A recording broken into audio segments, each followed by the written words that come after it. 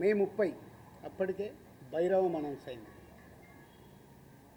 June 5 Kamal Haasan గారి cinema announce అయింది. June 12 Kalyan గారి సినిమా ఉంది.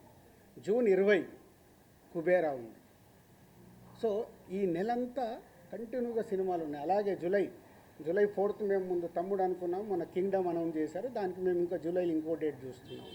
ఇలా జూన్, జూలై, ఆగస్ట్, సెప్టెంబర్ కంటిన్యూగా సినిమాల ఫ్లో ఉంది.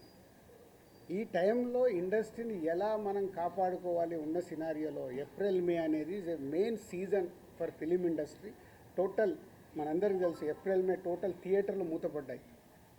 మేబీ సినిమాలు సరైన సినిమాల్ని మనం ఆడియన్స్కి ఇవ్వక, ఐపీఎల్ వల్ల ఏ కారణం చేతైనా ఏప్రిల్ మే అనే కీ సీజన్, సినిమా ఇండస్ట్రీకి కీ సీజన్, సినిమాలు లేక మూతపడుతూ ఉన్నాయి థియేటర్లు.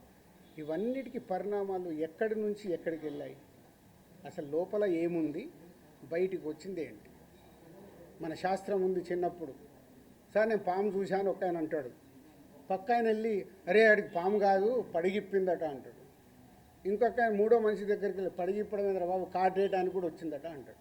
యాక్చువల్ మొదట ఆయన చూసింది పామునే, పడగైంది, పడగకెళ్ళి కాటు. అంటే ముగ్గురు మనుషుల్లో ఎంత కమ్యూనికేషన్లో వెళ్తుంది. లోపల థియేటర్ వాళ్ళు ఈస్ట్ గోదావరిలో మొదలైంది. ఇప్పుడు ఆ ఈస్ట్ గోదావరి మొదలైన ఆయన మొన్న ఒక దాంట్లో ఇంటర్వ్యూ కూడా ఇచ్చాడు. ఆ వ్యక్తి ఇంటర్వ్యూ కూడా ఇచ్చాడు, ఏం జరుగుతుంది ఏంటి ఇండస్ట్రీలు అని. ఆ వ్యక్తి ఇప్పుడు తీసుకొచ్చి దాన్ని మొత్తము తెలంగాణకి కనెక్ట్ చేసేసాడు. ఏప్రిల్ 19 ఈస్ట్ గోదావరిలో ఆయన అధ్యక్షతన మీటింగ్ జరిగితే అది ఎక్కడికి వెళ్ళి ఎక్కడికి తీసుకొచ్చారు. సో ఇది టోటల్ ఎపిసోడ్. దీనికి ముందుగా నేను అందుకే దుర్గేష్ గారికి ముందు థ్యాంక్ చెప్పింది ఏంటంటే 9 రోజుల్లో ఎక్కడెక్కడో వెళ్తుంది.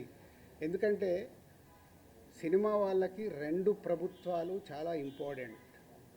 ఇక్కడ కూడా నన్ను సీఎం రేవంత్ రెడ్డి గారు ఎఫ్డీసీ చైర్మన్గా పెట్టడానికి రీజనే అది.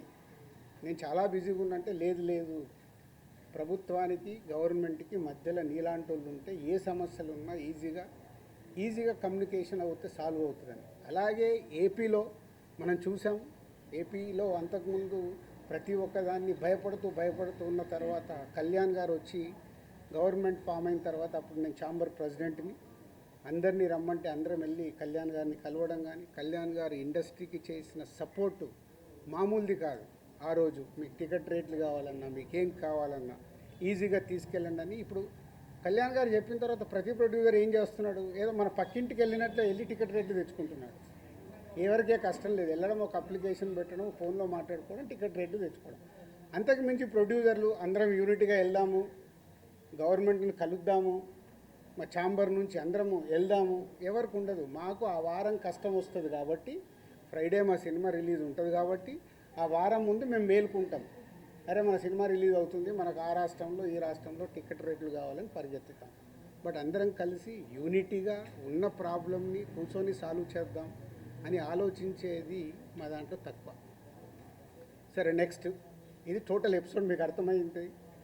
ఈరోజు గవర్నమెంట్ నుంచి అక్కడి నుంచి సానుకూలంగా రావడం చాలా హ్యాపీ మూమెంట్. కాబట్టి దీన్ని కన్క్లూడ్ చేద్దామనే మీ అందరికీ చెప్పడం. ఎందుకంటే ఇక్కడ I'm important person for both industries. అలాగే ఉత్తరాంధ్రలో, నైజాంలో, తెలంగాణలో ఎలా అయితే చెప్పానో, మాకు ఆంధ్రప్రదేశ్ మొత్తంలో ఉత్తరాంధ్రలో మాకు డిస్ట్రిబ్యూషన్ ఆఫీస్ ఉంది.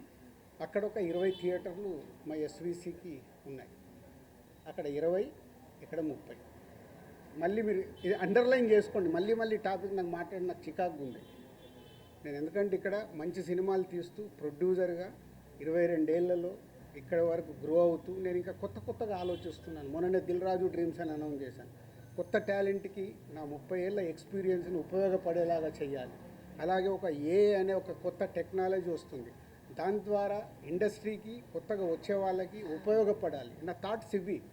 నేను ఇంకా కిందికెళ్ళి వ్యాపారం మీదనే కాదు, మంచి సినిమాలు తీయాలి, మంచిగా ముందుకెళ్ళాలి, నాతో పాటు చాలామందికి నేను హెల్ప్ అవ్వాలనేది నా వ్యూ, నా విష్.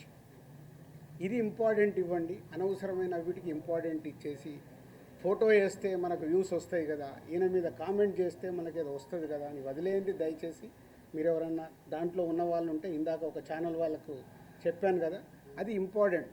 ఒక వ్యక్తి గురించి మనం చేస్తున్నామంటే కొంచెం అనాలిసిస్ చేసుకొని చేయాలి.